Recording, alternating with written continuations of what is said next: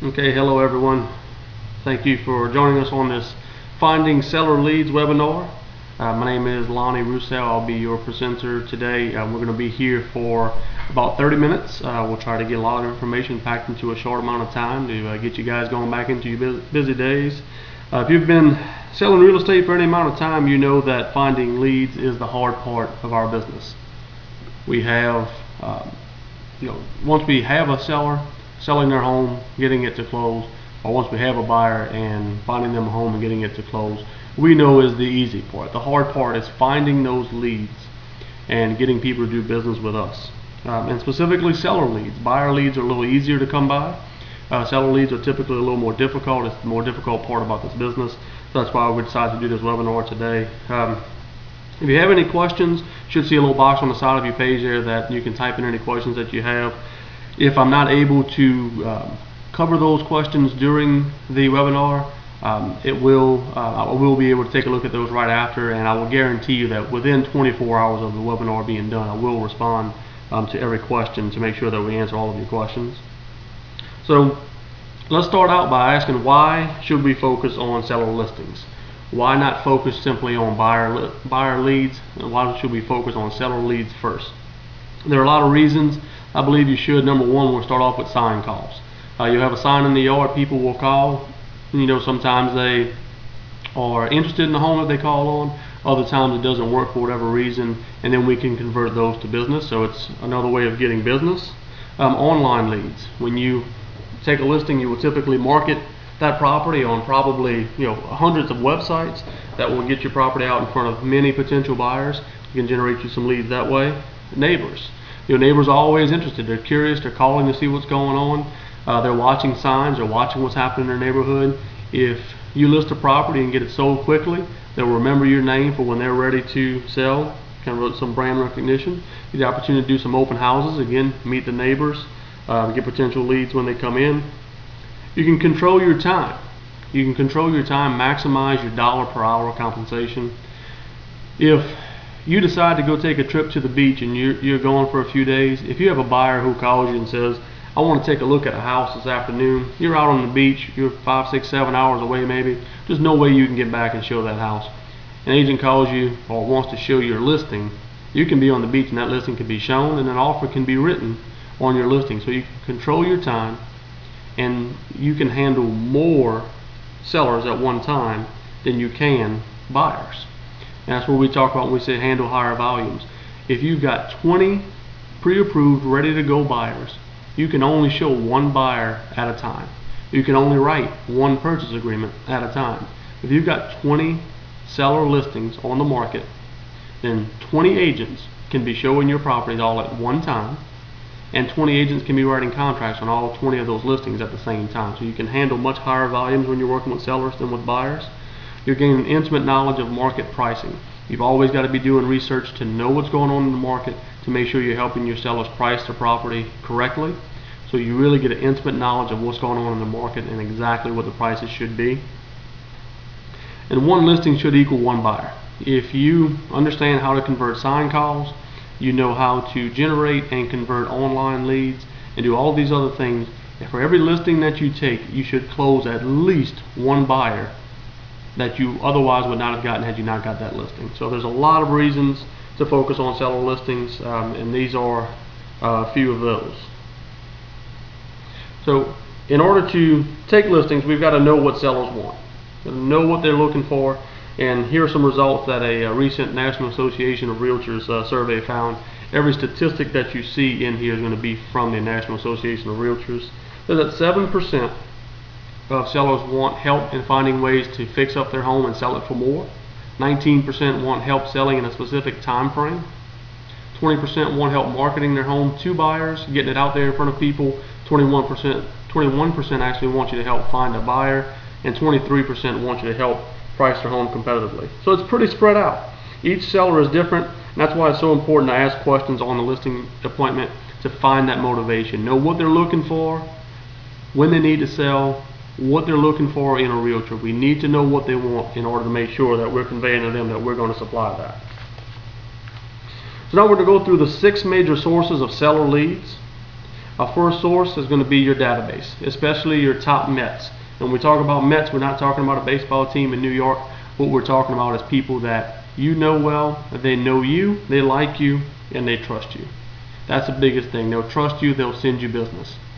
So when you communicate systematically with your database through what we call a 33 touch, which you're touching your database 33 times throughout the year with a combination of phone calls, emails, text messages, direct mail, birthday cards, anniversary cards, Merry Christmas, things of this nature, you can categorize your database as A+, B, C, etc.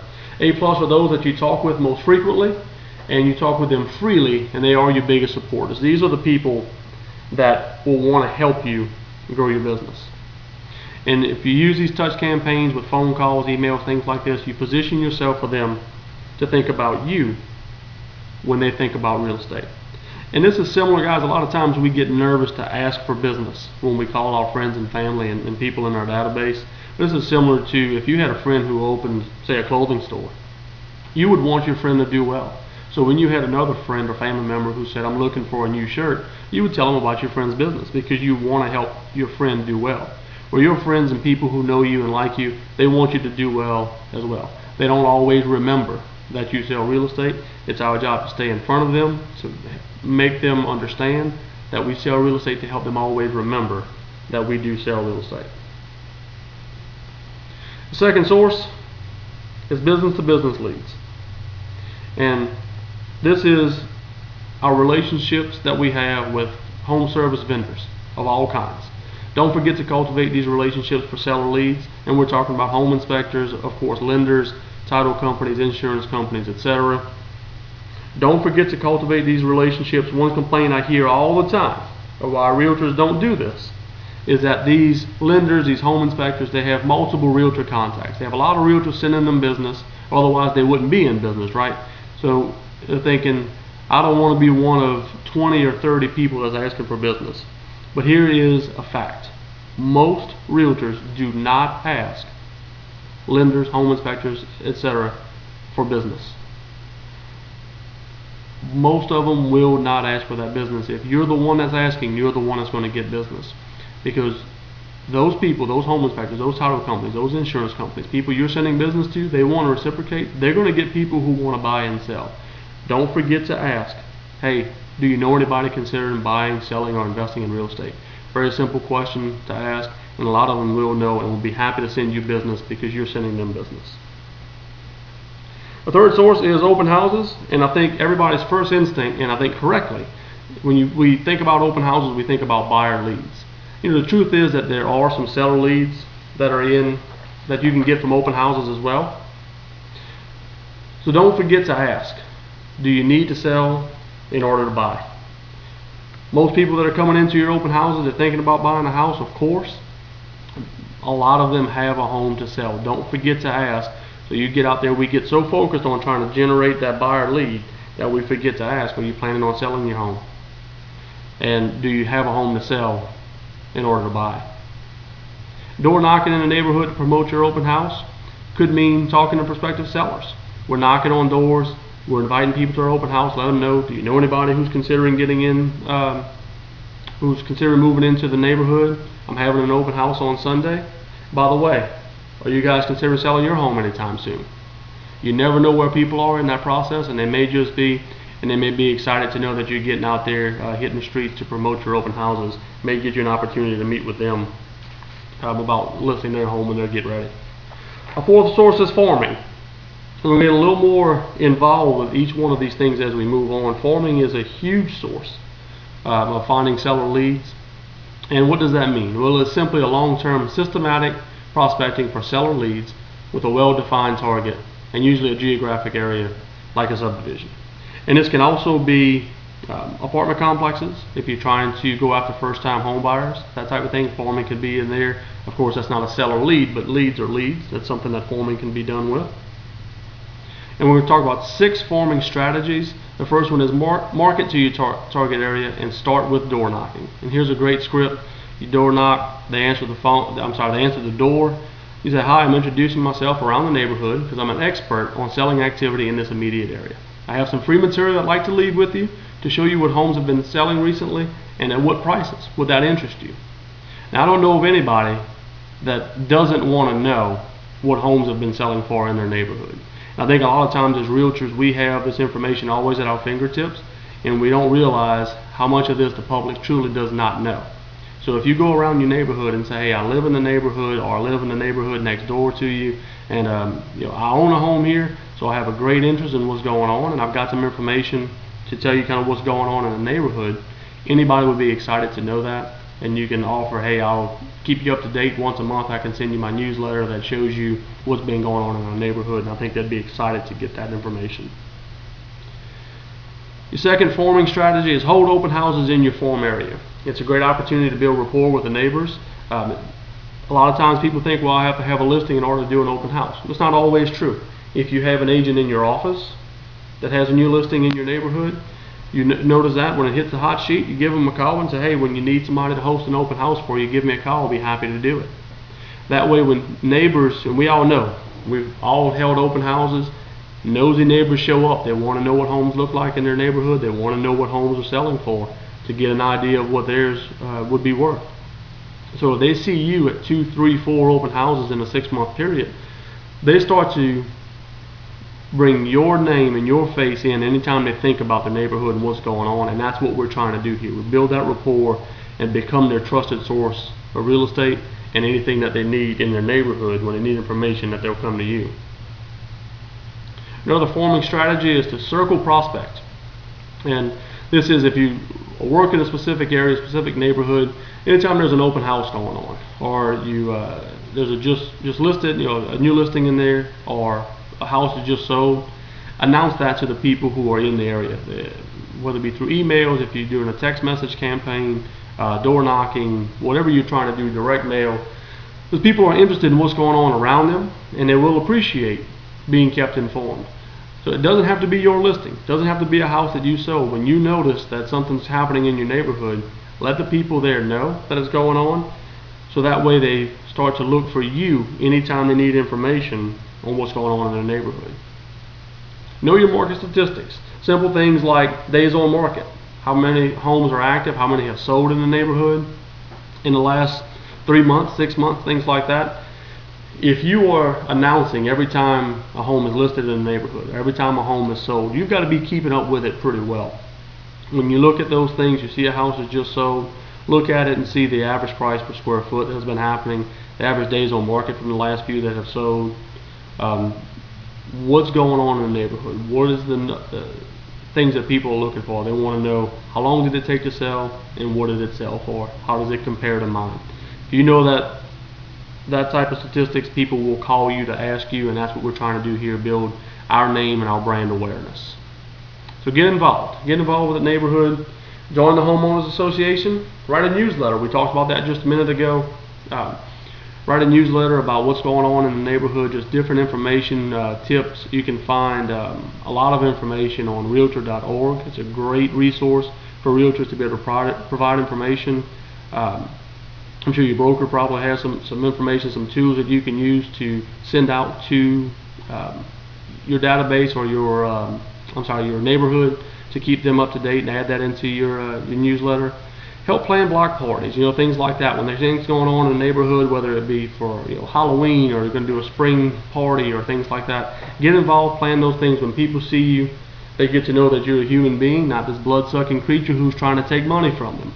You're somebody that can help them in more phases than just getting their home sold. They begin to trust you, and they will list their home with you when they know you, they like you, and they trust you.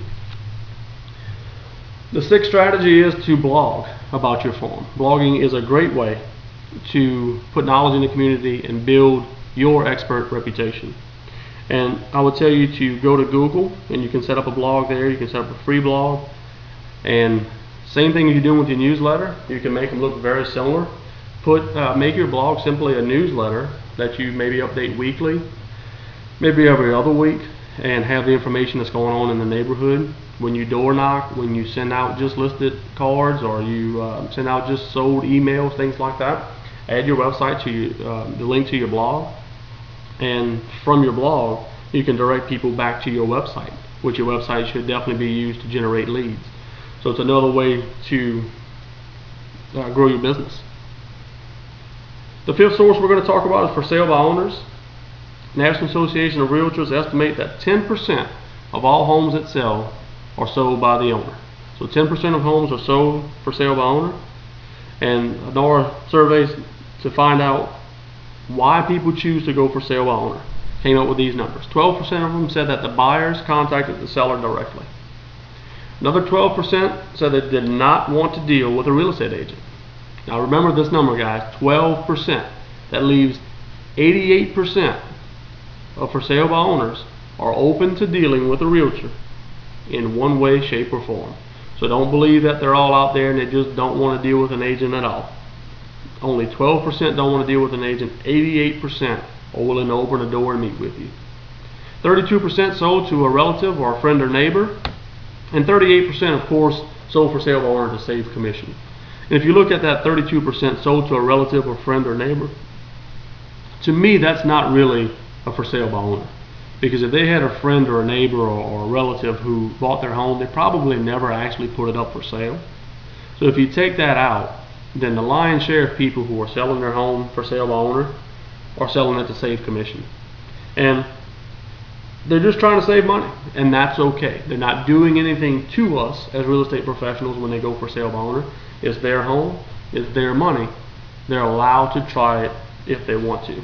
Again, it's their home, it's their money. They're not doing anything to us at all. They're just trying to save some money, and we all try to save money at every chance that we get. So, according to a NAR survey of for sale by owners, when they surveyed and said, when you sold your house or you tried to sell your house for sale by owner, what was the most difficult undertaking for you? 10% of them said that understanding and doing the paperwork was the most difficult thing. 13% said attracting buyers. Another 13% said enough time to devote to selling. 14% said selling within the planned time. 18% said preparing the home and fixing it up for sale. And 23% said getting the price right. So it's pretty widespread, because they're finding out what we as realtors already know. It's hard work to sell a house. But you know what? For sale by owners don't know they need help until they know they have a problem. And when they start dealing with these things, understanding the paperwork, doing that paperwork, attracting buyers to the house, spending the time to sell the home, selling it within the time period that they need, getting the house in good shape and staging it to sell, and pricing it right, which we all know is a huge deal, and most people don't know how to do it. They understand, they start to see the value of what we're doing and what we're providing. And that's why personally, I like when people try to sell their house for sale by owner first. When they call me to list their home, I hope they have tried for sale by owner first, because then they go through all of these things, they understand the difficulty in it, and then they understand the value that we're going to provide. The easiest, and this is a big misconception in my opinion, the easiest conversation you will ever have about commission will be with a for sale by owner. Because people who have never tried it, they don't understand what you're doing. Those that have tried for sale by owner get how hard the paperwork is, how hard it is to get people to come take a look at the house, how much time it takes to do it, how hard it is to get the price right. They have no idea if their price is right or not. So they see how hard it is, so they understand why we're making what we're making when we sell their home. So they don't understand that they need help until they know they have a problem. I say let them find out they have a problem. So what do we say to a FSBO? Well, here's a script that I like to use.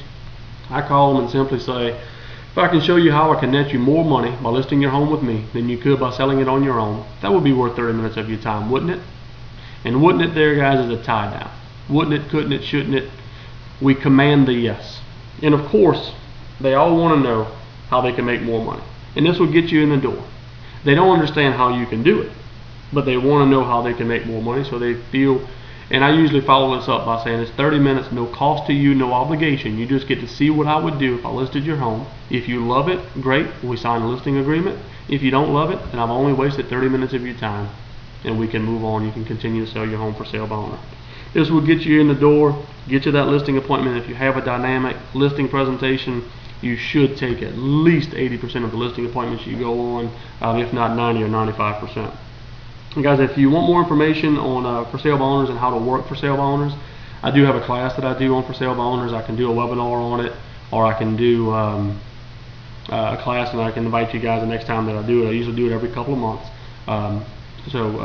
I'll have all my information at the end of this webinar. You can send it to me, send me an email saying, hey, when's your next for sale by owner class? I'd be glad to invite you guys to that. So for sale by owners are the fifth source, and the sixth and final source are expired listings. Of course, for sale by owners and expireds will be your biggest source of seller leads. These are the warmest leads. For sale by owners have stood up, raised their hands and said, hey, I want to sell my house. And expired listings have stood up, raised their hand and said, I want to sell my house, and oh, by the way, I've already agreed to pay a commission. So very warm leads. The three most common reasons that homes don't sell. Why do listings expire? Simple. Price, marketing, condition. If the home has been marketed correctly, it's in good condition, and is priced right, they'll sell, and they'll sell in any market. Typically, price, and that's why price is number one, because it's the number one reason homes don't sell. People are not willing to get their price where it needs to be to get their home sold. Those are the three major reasons, and we need to know that when we're dealing with expireds, because through our conversation, through our research on MLS, we'll find out exactly why their home didn't sell, and when we know their problem, we know what solution to offer. So here are 4 strategies when you're working with expireds. Number 1, confirm the expiration. Make sure you confirm the listing is expired and it has not been relisted with someone else already. We never want to be accused of going behind the sign. We want to remain ethical in everything that we do. If the listing has already expired and has been relisted either with that agent or another, we do not call, guys. It's making sure that the listing has expired first. Number 2, stay low key. Be persistent and consistent. Expired listings are usually more responsive to a low key approach rather than that high pressure sales pitch. So stay low key, call, find out information of what's going on, why didn't the home sell, but be persistent and be consistent with your follow-up. So the next one is identify why the listing didn't sell. Ask questions. Find out what went wrong, why didn't their home sell, find out why they think it didn't sell, so we know what we're dealing with. This will give you a better understanding of what's important to them when they're selling their home, so you know what they're expecting. Next one is show how their experience will be different with you. Have answers prepared for how you do things differently than the previous agent. You know there's a few things that you do when you list properties that really bring buyers and really get your property sold. Whatever those things may be, always have those top of the mind when you call in expireds, because they'll say something that'll trigger that thought. Well, my agent didn't do this, and you can say, well, you know what, this is something that I do for every one of my listings, and I'd love to show you. And when you get them excited about something that you do, they want to see it. When they want to see it, they invite you into their home to do your listing presentation. And again, if you have that dynamic listing presentation, every listing appointment that you go on, you should list, or at least 90% of them, the very minimum 80%. So here are a couple of scripts, a couple of objections that you're going to get when you're calling expires, and there's a few others, but we're going to talk about a couple real quick. I'm going to stay with the same agent. You'll hear this a lot, that I know my listing expired, but we're going to sign paperwork tomorrow, or we're going to call the same agent and just get it back on the market. I always ask this question: what is your agent going to do this time that they didn't do last time? And then I pause for a minute just to give them some time to think about that, because if their agent didn't get the home sold before, what are they going to do differently? Now, you and I both know that sometimes we list a property, we market it correctly, we price it well, it's in good condition, and some things happen that keep a home from selling. Sometimes there's no rhyme or reason why a home didn't sell, and it maybe has nothing to do with that agent, but it gets them thinking, well, what are they going to do this time they didn't do last time? Do we want to go through another 6 months of just having the house on the market?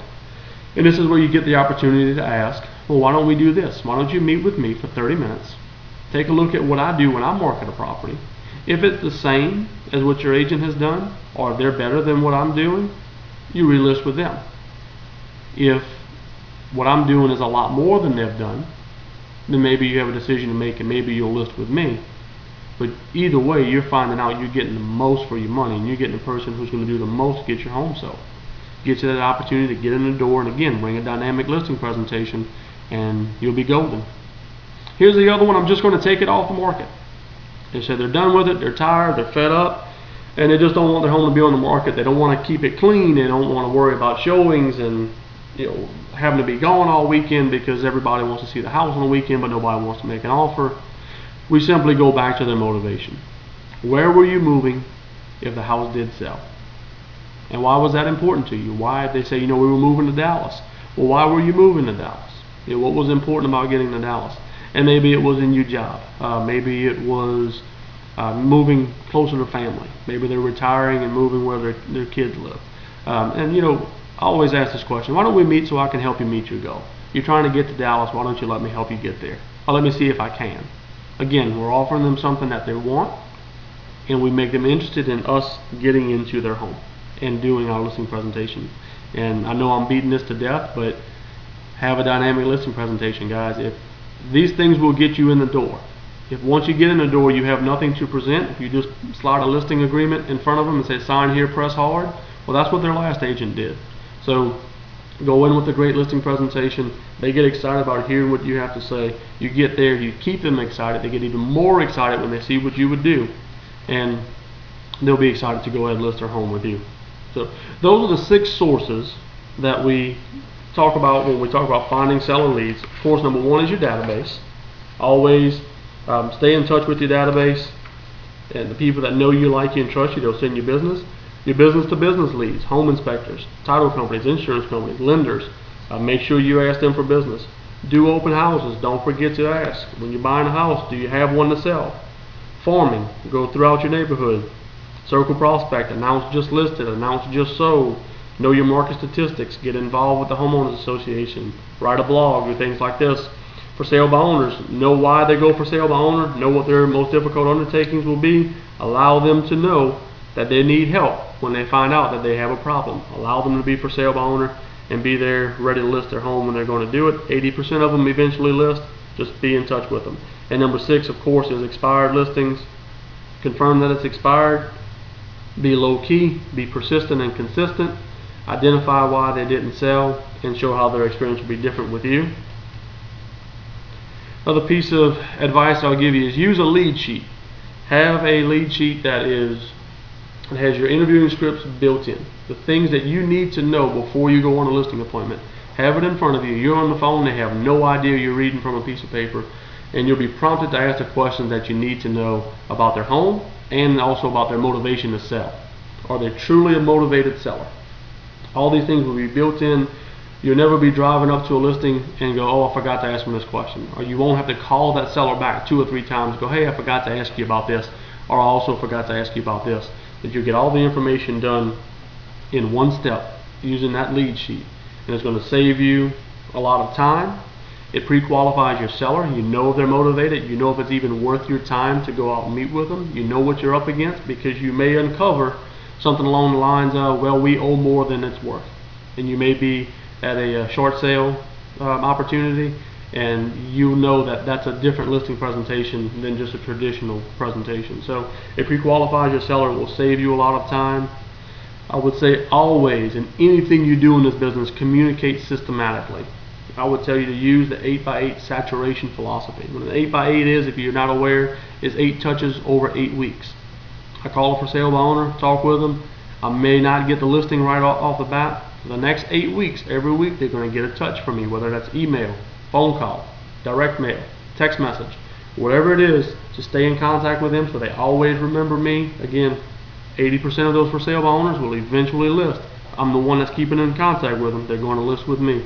Same thing with an expired listing. I meet with the expired listing.